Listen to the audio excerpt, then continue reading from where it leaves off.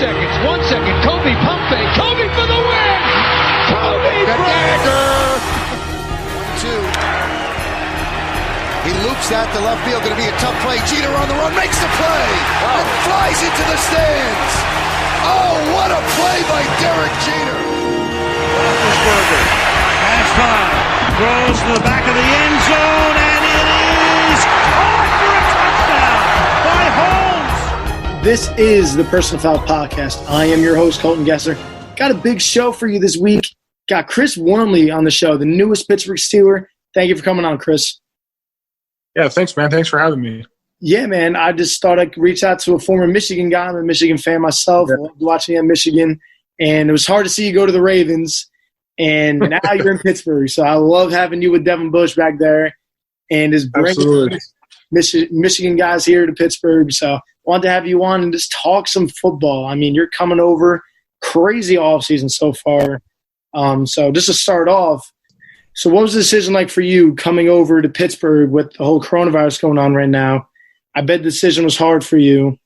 What's it like knowing that you got a decision to make today? And Steelers, thankfully, have all their players playing the season, one of 3 teams that are having all their players opt in. What was that decision like for you? I know you got a young daughter. What was that decision like for you to play? Yeah, I guess going back to when I got traded, it was right before the pandemic really hit, and then we went into, these virtual meetings, so didn't really have a chance to bond with my teammates like I would have if we would have had meetings back in April. But I guess, a couple weeks ago, me and my wife had a conversation before I made it back to Pittsburgh for camp, and it's my last year of my rookie deal, so I really wanted to put some good tape out there to have the opportunity and the chance to get a longer term deal, whether that's in Pittsburgh or somewhere else next year, and just to be able to provide for my family financially. There's only a few guys in this league, I'm guessing, per team that could really opt out and actually be financially, be okay if there wasn't a season and be okay if they weren't getting paid, for this season. And I know a lot of guys had to have that hard and tough conversation with themselves and with family members that they love. And for us, we kind of weighed the pros and cons, and I think there were, more pros than there were cons. Obviously this is unprecedented times for everybody in the entire world. So it's not just NFL players that are going through a difficult time, with making decisions based on what has happened over the last few months, but it's an entire world. So we're just a small piece of this, and I'm just thankful that as of August 6th that there's still football being played. Yeah, I mean, it's crazy to think Steelers football, you're supposed to be playing tonight actually against the Dallas Cowboys. Yeah, we were talking about that, and it's crazy to think that we should. I mean, I would probably be in Wormley right now for the Hall of Fame game in Canton, and we're just doing some walkthroughs and lifting right now. So it's been definitely a different season. Yeah, going over the season overall, do you expect the season to happen? I know you've been in the league for a little bit now. Do you expect players to take this serious enough to not go out of the bubble, not a bubble, but going out and risk getting the virus, which then could risk getting the other players on the team and having a spread like you're seeing the MLB with the Cardinals and the Marlins? Do you expect the season to actually happen this year? Do you expect the players to take it serious? I think a majority of the teams and the players will. I mean, look, you got 5 months of your life to kind of hunker down and kind of take this seriously. And if, come February or come January, you want to go out and go to a bar, I mean, more power to you. But I think people who have been playing the game of football know that this is a team game. It's the biggest team game that there is. And nobody wants to, get other people sick. Nobody wants to get sick themselves. So I think people, for the most part, are going to take it seriously. And if someone happens to get it, hopefully with the testing that has been going on with the protocols, we'll catch it early, and we won't be able to spread throughout the team. And I think people are going to, hopefully take it seriously. And I think that people understand the gravity of what can happen if you catch it and possibly pass it on. So I think overall people will take it very seriously, and we all want a season to happen, and I think fans want a season to happen as well. Absolutely. I think it'd be crazy. I think it'd be absolutely crazy if the NFL didn't happen this season. We saw how crazy it was when no NBA, no NHL, no MLB for a while. Crazy people were going. I think it would be a madhouse if football didn't happen. So going into right now, as a Steeler coming over from Baltimore, how's it like right now with no preseason games? We just talked about no Hall of Fame game today. So what's it like going through the motions of no games at all, no preseason? The players didn't want preseason games. So what's it like right now going through the motions, not being in the locker room per se? I know Joe Hayden posted on his Instagram Live the other day, being in a suite in Heinz Field. So what's it like trying to motion here at Pittsburgh? Yeah, I think once we're able to put pads on and kind of go that full go, it's going to be ramped up even more so than it would be for a regular camp practice. I think myself, I would have liked at least one preseason game to kind of get the flow of things instead of just jumping right into week 1 against the Giants for us. But you got to kind of adapt and handle this adversity that has been given to us. And I think the team that can handle the adversity the best throughout the season is going to have a great chance to make it to the Super Bowl. And I think that for me personally, camp is going to be that much, I guess, ramped up because there isn't any preseason games to kind of show what you have. And that's going to go for a lot of guys, especially the rookies and undrafted guys. Yeah, going into this defense, you're part of one of the best defenses in the league from last year, losing Javon Hargrave on the front. You're coming in with now a healthy Stephon Tuitt, a fantastic player, all-pro, and Cam Hayward, very underrated for the Steelers. So what's it like filling in that gap there? You're going to see a lot of time, I feel like, filling in for Javon Hargrave, who went over to the other Pennsylvania team in the Eagles. What's it like playing with those two guys up front, part of that fantastic defense? Yeah, I mean, I've been watching Cam since he was at Ohio State, and I was in high school. So I can't wait to get to be in the field with those guys. I can't wait to learn from those guys. Tuitt last year was having an All-Pro season before he got hurt, and Cam has been an All-Pro and a Pro Bowler for multiple years. So I can't wait to contribute with them and play alongside them and also just learn as much as I can from them because I think those two guys and my style of play are very similar. Going to your style of play, what do you think you can bring to this defense coming in, knowing this defense, like I just mentioned a few minutes ago, one of the best in the league last year? The back end secured once they made that trade for Minkah Fitzpatrick. You got Terrell Edmonds down back there, Steven Nelson, Joe Hayden. What do you think they can bring to that defense? I think first and foremost, I can stop the run. That's what I hang my hat on.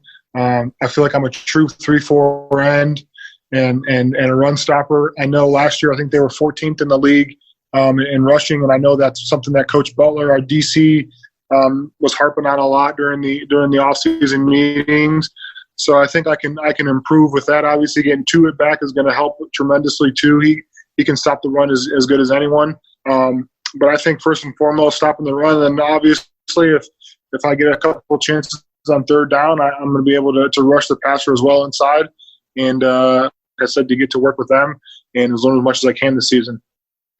Yeah, I mean, this defense is absolutely loaded.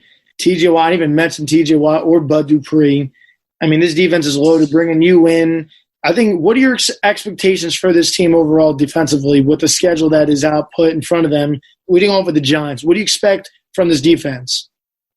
I mean, I expect to be the number one defense in the league. I was a part of the number one defense in the league a couple years ago in Baltimore, and I think last year we were top 5 and right there with the Steelers in top 5 defenses last year. So I want to carry that on, and that's something that I pride myself on is being that one of those top defenses in the league. And I think the Steelers have what it takes this year to be the number one defense in the league. Obviously with the pass rush and Minkah's going to be there for a full season. Devin Bush is going to be going into his second year.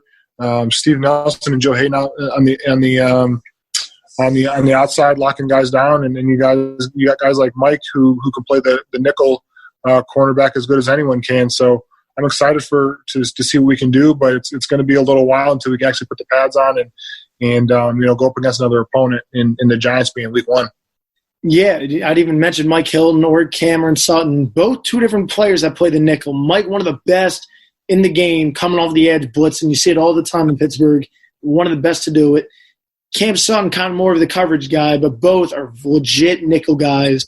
Pittsburgh's going to have a legit defense again this year, with you up front also helping lead the way for Pittsburgh. Yeah, we're going to get into Baltimore a little bit because I want to hear what you got to say about Baltimore. Yeah. Probably going to be Pittsburgh and Baltimore at the end of the season here in the division, I believe, Cleveland, I think, will also have something to say, and Cincinnati is not going to be a flop like last year. They're coming in. But Sure. to what's it like being around the Steelers organization? I know you come from another great organization in Baltimore, coming over to a great organization in Pittsburgh. What's the culture been like coming in? How's everyone embraced you coming in with you and Ebron and a few other pieces coming in?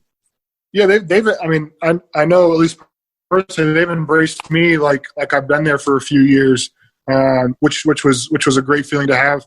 So I got traded the next day. Cam Hayward shot me in text and said, "Hey, welcome to Pittsburgh. I can't wait to get to work with you." But yeah, I feel like I've been there for a few years already, and it's only been 4 or 5 days. So I'm feeling pretty comfortable with the guys. Can't wait to actually put the pads on and get to work with them. With the chemistry and seeing how everything works and fits. But I had a great time in Baltimore as well. Like you said, the organization is top tier, and so is the Steelers. So that level of I guess respect, and I think on top of that, just how they carry themselves throughout the organization is pretty similar throughout. But I'm a Steeler now, and I can't wait to get to work with everyone. Speaking of the Steelers, Big Ben coming back here, year 17. Only seen a little bit of him so far throwing the ball at Heinz Field, but what do you expect from Ben? And, I mean, this team, I think, with this defense, Ben coming back. Mike Tomlin mentioned it last year with that defense coming in. He had a different feel. He mentioned to Ryan Clark. Heard Ryan Clark say it today on First Take. He said this defense is a different feel, man. It feels like the defense of old when the Steelers had that 3 Super Bowl appearances in 6 years. What is it like to have a guy like Ben? I know you just had Lamar last season. Go from Lamar to Ben, going from the young guy to the old vet. Yeah, like having Big Ben healthy for the Steelers. I mean, I don't know him too well, but what I've read and what I've seen a little bit on the field when we're doing walkthroughs is that he's as motivated as ever. I think he put out a quote saying he wants to win Lombardis, and then that's plural. So I think he has a lot to prove to himself still, which is why he's still playing in the league. I think after 15, 16 years, and I think he wants to continue to win, obviously division championships, but also Super Bowls. And I think that the work that he's put in, obviously you've seen the pictures throughout the season and him with the big beard and all that. Now he's looking pretty slim and cut down. So I think he's ready to show and prove a lot of people wrong that he's still one of the top elite quarterbacks in the league. And I'm glad to be a part of it and watch him from the sideline. Yeah, year 17 for Big Ben. He looks great. First time he's had no pain in his elbow in a few years, he said, which is nice to have in Pittsburgh now, a healthy quarterback, not having pain in the elbow. We're going to transfer over to your former team, the Baltimore Ravens. As we just mentioned a few minutes ago, great organization. What was it like being in that locker room? They had a guy like Calais Campbell over this offseason. They're only getting better, and I feel like they're one of the contenders in the AFC with Pittsburgh, with Kansas City. What was it like being in that locker room, going from Baltimore to Pittsburgh? What's it like in Baltimore? I mean, last season was probably one of the most fun seasons I've ever had playing football. We went 14-2 in the regular season. Lamar was incredible, probably one of the craziest and statistic-wise as for a quarterback. He rushed for 1,200 yards. He passed for 3,000 yards, I think. Passed for 30 touchdowns. So being able to see him and how he handled himself, he was, 23, 22 years old, and that amount of pressure he handled very well. And I can only see him getting better, which is scary now going up against him twice a year. But I loved my time in Baltimore. I loved playing for that defense and the players and the team to play up against them this upcoming season. But I have a lot of respect for the team. But I think the Steelers this year are going to be a sleeper team. Not a lot of people really know what we're going to be able to do this year. And I think with the defense that we have, Big Ben coming back, the receiving core, being a year older, it's going to be something special for this 2000. Absolutely. I think this team's got a lot to prove. One of the best defenses in the league last year. I think there's a lot to prove for Pittsburgh. But to stay on Baltimore, you talked about Lamar. How special was he to watch every day in practice? And he took over the league by storm last year. He had a great rookie campaign when he did come in for Joe Flacco to spice things up. But after seeing him the way he took over last year, everyone's like, he's a running quarterback. I mean, the guy threw over 3,000 yards, was one of the top guys in passing touchdowns, won the MVP. You just said it. You expect him to even get better, which is scary. What did you see last year, knowing that he was in your locker room every single day and seeing him at practice? Tell us a little bit about Lamar, because I think the guy is very underrated and underappreciated. Yeah, no doubt. I mean, just the way off the field he handles himself like a 10-year vet. You know, he's very professional, very humble when it comes to his accolades and what he can do on the field. But on the field, it's something I've never seen. You know, you see like dual threat quarterbacks. You see somebody that is fast or, you know, can pick up 10 yards here and there. You know, I grew up watching Mike Vick and playing with, you know, him and Madden and you know, that he was special. But the things that you see with Lamar are even, you know, far and above what Mike Vick can do. And I have nothing but good things to say about Lamar. All of his success has come from hard work and proving people wrong, you know, every single year of his life, every single time he touches the field. I think he has something to prove, and I think he uses that to his advantage, and you've seen what he can do. But he's going to be a force for a long time. Obviously, him and Pat Mahomes are the young quarterbacks in the league that are going to be at the top of their game for a long time. Absolutely. I mean, Lamar did take over the league by storm last year, coming in very, very disrespected with that late first-round draft pick. Baltimore trading back in to get him, and then missing out in the playoffs against the Chargers his first year, his rookie year. And last year losing to Tennessee. One of my favorite clips of Lamar is him on the sideline in the Pro Bowl, handing out water to all the guys as they're coming in.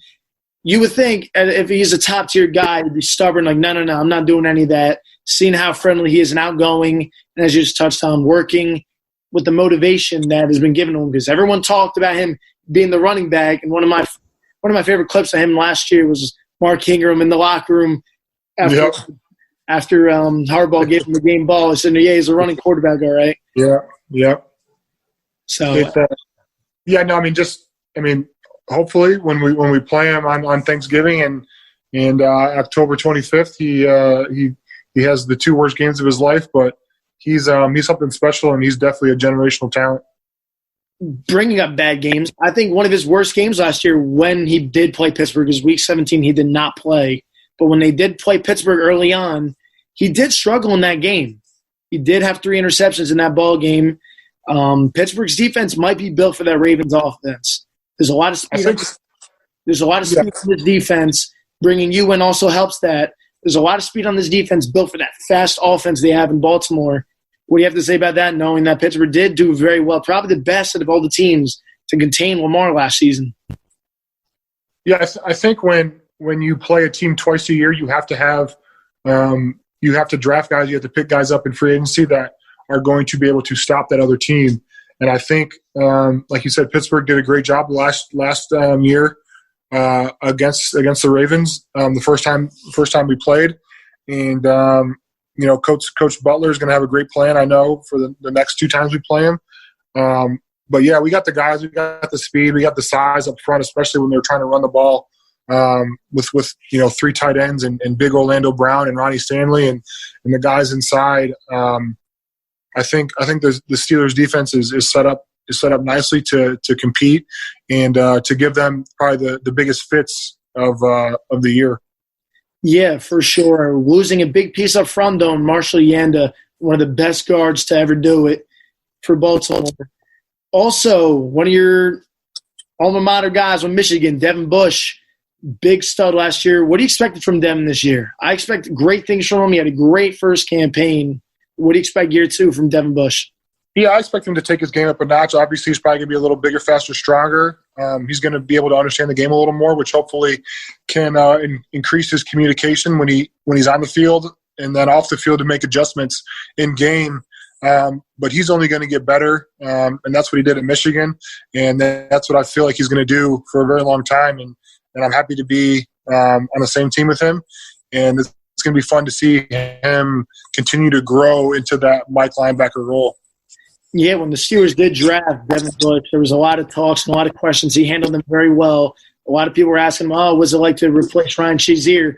He's like, no. I'm Devin Bush. Crazy to think a guy from Ohio State and Michigan, very similar types of players, very fast, very good at tackling, but, Devin Bush, one of the best young guys in the league. So overall, to finish up here, what are your overall thoughts here going into your first year in Pittsburgh and what to expect with the different offseason here with no preseason games, just starting to get into pad works here in a few weeks? What are your overall thoughts for the season for the Pittsburgh Steelers? I think I can't speak too much on the offense or even special teams, but just what I've seen from the defense in a short amount of time and what they did last year to kind of build this foundational groundwork. They're bringing back pretty much every starter. Obviously, Hargrave's left, but I expect to be the top defense in the league, and I'm excited to be able to contribute. I'm excited to be able to fill in a few roles that might be missing, and just get to work with the guys, and we'll see what we have week 1 against the Giants. Could you see the Steelers winning the Super Bowl this season? I think we have a pretty good chance, yeah, especially, like I said, with the defense. Ben's coming back. The young offensive weapons are a year older and that much more experienced. And I think we have a good balance on both sides of the ball to run the table once we get into the playoffs. Well, Chris, I really appreciate your time. Thank you for coming on. Absolutely, man. Thanks for having me. You can follow Chris on Twitter at Chris_Wormley43, the newest Pittsburgh Steeler in town. Heard him here first on the Person of Foul podcast. Yes, sir. Take care, man. Have a good one. Thank you.